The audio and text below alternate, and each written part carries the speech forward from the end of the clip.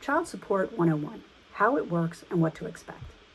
Child support is a crucial aspect of divorce and custody, ensuring that the child receives the financial support they need. But how it's calculated, who pays, and how can it be enforced? Let's break it all down. What is child support? Child support is a financial obligation paid by one parent to the other to cover a child's living expenses. It's generally paid to the parent that either has more custody of the children or custody is shared by one parent. It is generally paid to the parent that either has more custody of the children or custody is shared but one parent makes less money. Courts determine child support to ensure the child's standard of living remains stable despite the parent's separation. Basic child support helps to pay for housing, food, clothing, and other basic expenses. So how is child support calculated?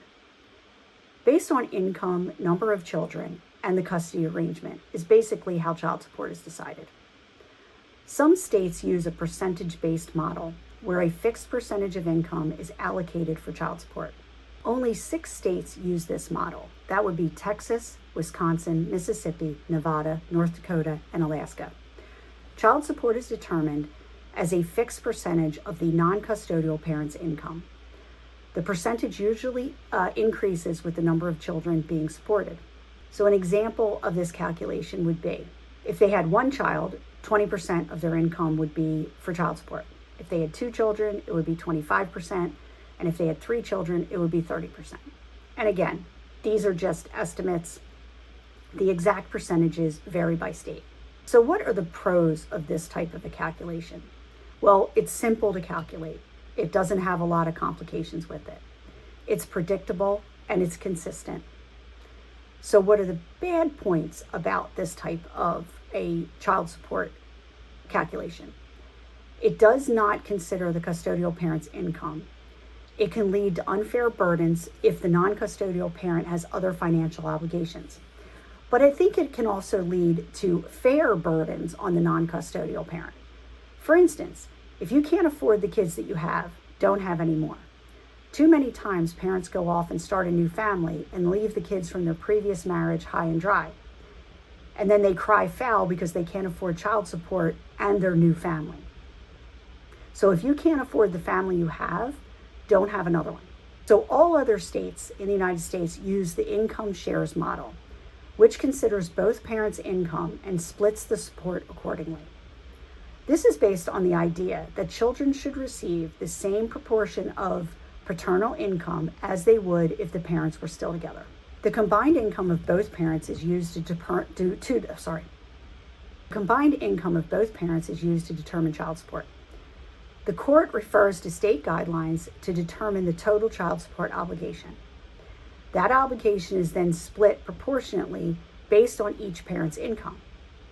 So an example of this calculation would be that both parents earn about $5,000 a month combined, and child support guidelines suggest that $1,500 a month is the proper child support for one child. If parent A earns 60% of the income, then that parent would pay 60% of that $1,500, which would be $900. If the other parent earns 40% of the income, they would pay $600 of the $1,500. So therefore, if the parent that makes less money, so parent B, would be responsible for $600 of the $1,500 a month in child support that they feel is what's needed to support the child, then that person would receive the $900 from the other parent in order to help subsidize their income and make sure that the child is getting the same amount of income in that home. It's more fair and balanced since it considers both parents' income, and it's adjusted based on the custodial arrangement and the financial abilities of the parents. What are some of the cons? It's a more complex calculation than the percentage-based model. This is because they have to take into consideration what both parents make. They also take into consideration health care insurance and things of that nature. It requires a detailed financial disclosure from both parents. So in this event, both parents have to provide their financial information, whereas in the 6 states that use the other calculation, it's just the non-custodial parents' financial information that needs to be disclosed. So which model is better? The percentage-based model is simpler and easier to predict, but it can overburden the non-custodial parent if the custodial parent also earns a substantial income. The income shares model is a more equitable process, ensuring that both parents contribute fairly, but it requires more paperwork and financial transparency from both parents. In addition to this, a child support order should include a breakdown of who pays for health care insurance, how the medical bills and child care will be split, how extracurricular activities or school expenses will be determined, etc. In my state, if you receive child support, then you're required to pay the first $250 per child in medical expenses a year, and the remainder of the expenses are split based on the income calculations. But you need to be sure that everything that you have an expense for or expect to have an expense for is captured. For example, extracurricular activities like sports or music lessons, in some states, even mental health care, is not considered something that's covered by the basic child care expenses and payments.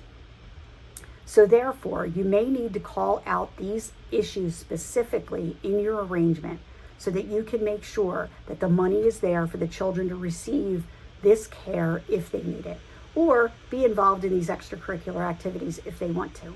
I prefer that these things be very specific because I've gotten burned on the vague parts before.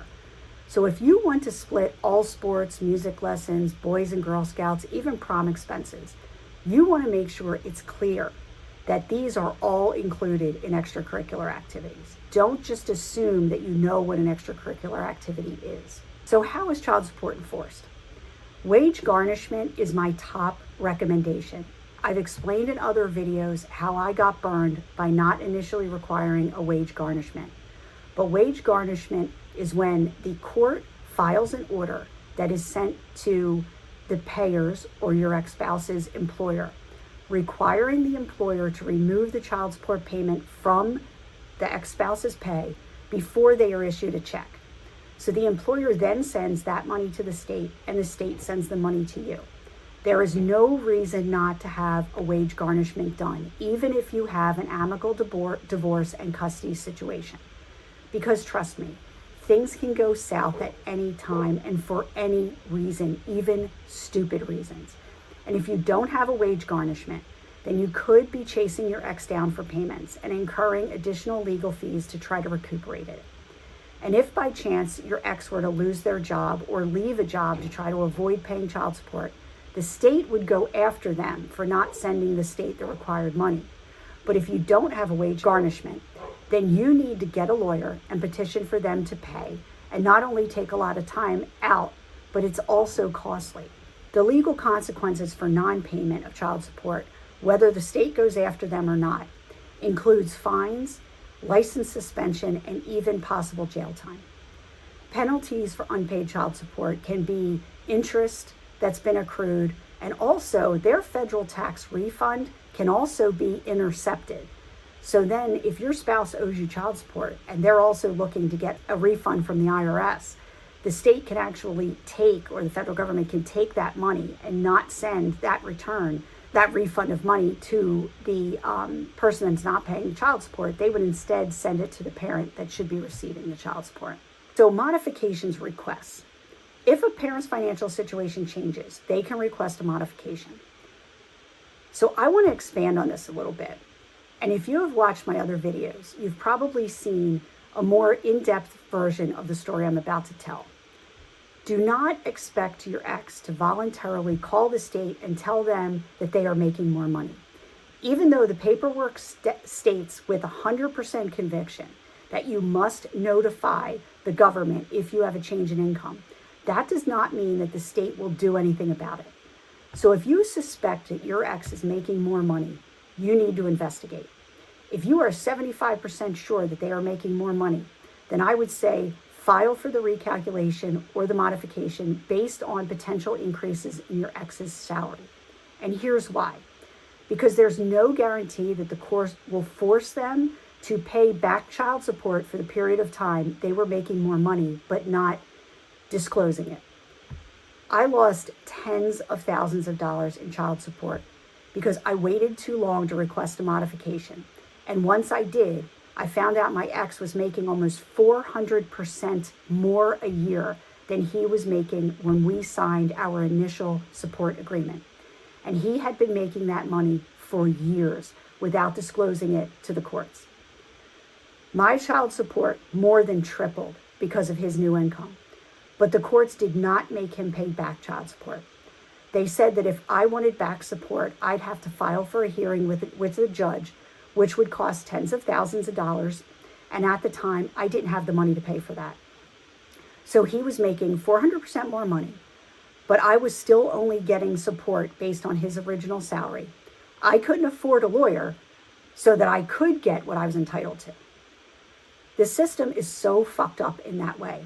It should be mandatory that you disclose increases in income, and if you don't, you should have to not only pay back support for all of the money that you should have been paying over that time, but also penalties for not disclosing. The other kicker is that in my state, when you owe back child support, they only make you pay back 10% a month. So for instance, during the time between when I filed for the modification and the actual appointment with the master to do the calculations, 2 to 3 months had passed because my ex's lawyer kept asking for a continuance. But anyway, what happened was that he did have to pay me back support for the 3-month time period since I filed for the modification, which was close to about $10,000. But since he only had to pay 10% a month, he was able to take 33 months to pay off that $10,000. So how on earth these courts think that that is fair is beyond me.